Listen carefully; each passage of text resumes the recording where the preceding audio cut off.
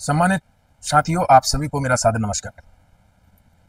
हालांकि चुनाव परिणाम मेरे पक्ष में नहीं रहा, मुझे सम्मानजनक हार मिली और यहाँ से मेरी जिम्मेदारी और बढ़ जाती है, क्योंकि आप लोगों ने मुझे लगातार देखा और इसकी वजह से आप लोगों ने मुझे अपना अपार समर्थन दिया। इसके लिए मैं आजीवन आपका आभारी रहूँगा। साथियों, नैनीताल में जो घटनाक्रम हुआ है, मैं उस पर नहीं जाना चाहूँगा। किस तरीके से हमारे चुने हुए प्रत्याशियों की जो जनता ने जिन्हें बहुमत देकर जिताया है, ऐसे प्रत्याशियों को किस तरह से ले जाया गया या जो भी घटनाक्रम हुआ, मैं उसके बारे में बात नहीं करना चाहूँगा, क्योंकि मैं हमेशा पॉजिटिव सोचता हूँ। दूसरा क्या करते हैं, दूसरे लोग क्या करते हैं, वो क्या सोचते हैं, वो उनका काम है और मेरा काम है लोगों की सेवा करना, लोगों की समस्याओं को समझना, उनका समाधान करवाना। साथियों, बीच में चुनाव हुआ और चुनाव के दौरान बहुत भागदौड़ हुई और मैं लगातार आपके बीच बात करने नहीं आ पाया। मैं आज आप लोगों के बीच में एक ऐसे महत्वपूर्ण बिंदु को लेकर आया हूं जो मैंने उठाया और जिसका समाधान हो रहा है। हमारे क्षेत्र की समस्याओं का समाधान के लिए जिला अधिकारी ने जिस तरह से प्रयास किया है, वो मैं आप लोगों के बीच अपनी बात को रखने आया हूं। साथियों, 30/5/2025 को जब हमारे क्षेत्र में नाई में एक बहुउद्देशीय शिविर का आयोजन हुआ, उस शिविर में मैंने तमाम समस्याएं जिलाधिकारी महोदय के समक्ष रखी। मैं पूरे पत्र को नहीं पढ़ूंगा, क्योंकि मैं जानता हूं लोगों के पास इतना समय नहीं होता है कि वो मेरी पूरी बात को सुने, लेकिन जो महत्वपूर्ण बिंदु थे उन बिंदुओं को मैं आपके बीच में जरूर लाना चाहूंगा। शिक्षा के क्षेत्र में मैंने बात रखी कि 5 से 7 किलोमीटर बच्चे दूर जा रहे हैं, उन बच्चों को स्कॉलर भत्ता दिया जाए और जो स्कूल बंद हुए हैं उन स्कूलों को पुनः संचालित करने की योजना बनाई जाए। दूसरी हमारी मांग थी स्वास्थ्य से संबंधित कि बीड़ापानी में कम से कम 10 बेड का अस्पताल खुलना चाहिए, जो कि 20 गांव के केंद्र बिंदु में पड़ता है बीड़ापानी।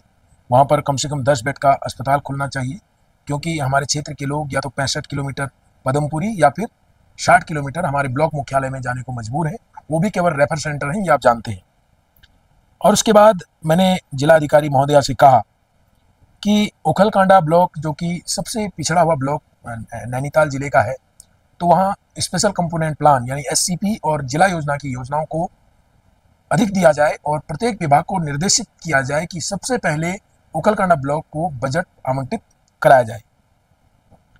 क्षेत्र की जो सड़कों की हालत थी उसके बारे में मैंने उनको बताया, मैंने उनको अवगत कराया कि यदि बरमधार के लोगों को अपने ही गांव में उनका तोक है अंडौल, वहां जाना पड़ता है, तो यदि वो सड़क के रास्ते जाते हैं तो उन्हें 70 किलोमीटर दूर से जाना पड़ता है और नदी में पुल नहीं है, नदी तैरने में काफ़ी समस्या आती है बरसात के समय में।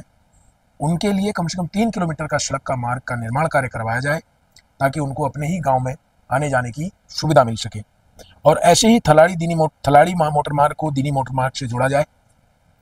और भूमिका में जो आपदा के दौरान हमारी सड़क क्षतिग्रस्त हुई, उसके लिए हमने एस्टिमेट बनाए थे। एस्टिमेट हम जिलाधिकारी महोदय के पास ले भी गए, लेकिन जब तक हम गए तब तक, क्योंकि हमारे एस्टिमेट डिले हो गए थे, कभी PMJSY कार्यालय से तो कभी हमारे उप जिला अधिकारी कार्यालय से। हालांकि PMJSY वालों ने जल्दी एस्टिमेट बना दिए थे, परंतु उप जिला अधिकारी कार्यालय में लंबित रहे। इसके बारे में भी मैंने उनको अवगत कराया। और पर्यटन विभाग सबसे महत्वपूर्ण जो हमारे क्षेत्र के लिए है, जो वहाँ के वहाँ के लोगों को रोजगार दे पाएगा, वो है पर्यटन। उखलकांडा ब्लॉक में अनेक प्राकृतिक पर्यटक स्थल हैं, लेकिन प्रचार प्रसार, पहुंच और सुविधाओं का अभाव है। पर्यटन विभाग द्वारा स्थलों का चिन्हीकरण कर आवश्यक सुविधाएं, सड़क, शौचालय, साइन बोर्ड, विश्राम स्थल विकसित किए जाएं। स्थानीय युवाओं को होम स्टे की गाइडिंग और स्थानीय उत्पादों की बिक्री हेतु प्रशिक्षण देकर स्वरोजगार से जोड़ा जाए, ये हमारी मांग थी। और हमारी ग्राम सभा भूमिका में NM सेंटर स्थापित किया जाए और दूसरा जो हमारा सुंदरखाली महतौली मोटर मार्ग है, उसमें डामरीकरण किया जाए। इसके साथ साथ हमने हरिनगर के मुद्दे को रखा। उसका एक दूसरा पत्र हमने जिलाधिकारी महोदय को दिया, क्योंकि 2010 में आपदा आई। 3 फरवरी 2025 में हमने वहाँ का सर्वे करवाया। उस सर्वे में भूगर्भ वैज्ञानिक डॉक्टर कामिनी बिष्ट और तहसीलदार तिवाड़ी जी और उनके साथ साथ पटवारी जी और कानून को महोदय वहाँ पर उपस्थित हुए।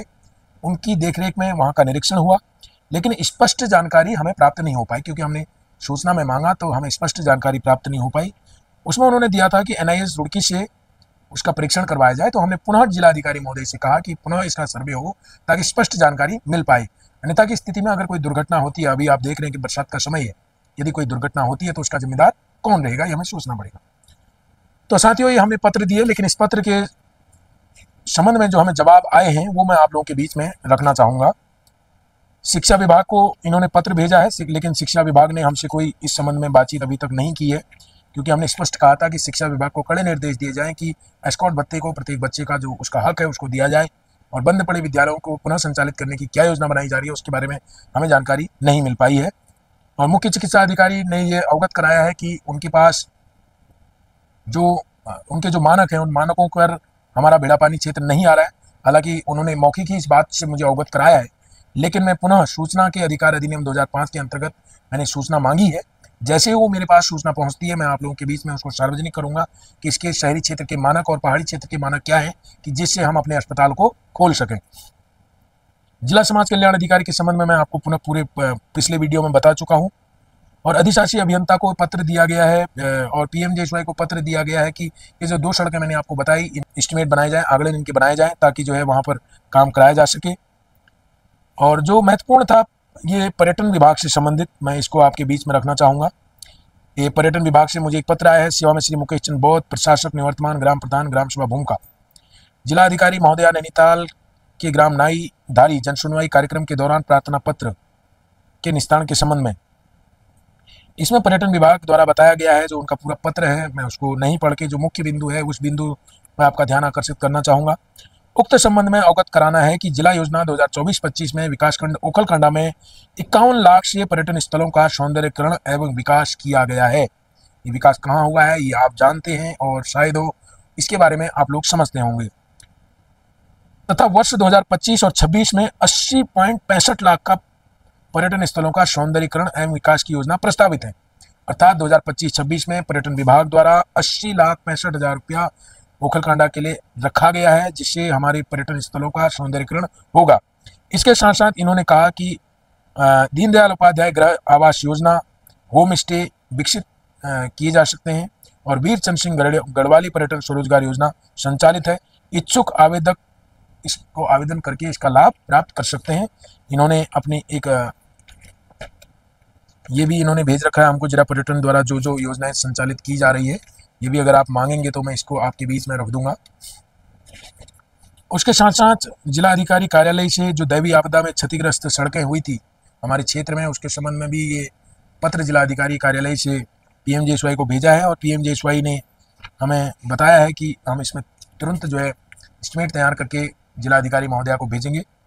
साथियों, यहाँ वीडियो बनाने का उद्देश्य केवल मेरा इतना है कि मैं जिस तरह से मैंने चुनाव लड़ा और जिन मुद्दों को लेकर मैं लोगों के बीच में गया, और मेरा मानना यह है कि लोकतंत्र में असली जनप्रतिनिधि वही है जो लोगों की सेवा करे, जो लोगों की समस्याओं के समाधान के लिए निरंतर प्रयास करे और आम लोगों की समस्याओं को समझे, उनको शासन प्रशासन तक पहुंचाए। तो जैसे कि आप लोग देख रहे हैं कि पिछले कई वर्षों से मैं इस कार्यक्रम में लगा हुआ हूं, और मैं हमेशा चुनाव परिणाम कुछ भी आए ये मायने नहीं रखता है। मायने रखता है कि आप किस तरह से लोगों के लिए काम करते हैं। एक ना एक दिन लोग आपको जरूर समझेंगे, और एक ना एक दिन लोग आपको सड़कों पर जरूर बैठाएंगे यदि आप लोगों की समस्याओं का समाधान करने में सफल हुए। तो ये आज का वीडियो था, और मुझे उम्मीद है कि आप लोगों को ये वीडियो अच्छा लगा होगा। अगर अच्छा लगे तो लोगों तक इस वीडियो को जरूर पहुंचाइए, और मैं ज़्यादा न कहते हुए अपने वीडियो को समाप्त करता हूँ। बहुत बहुत धन्यवाद, शुक्रिया।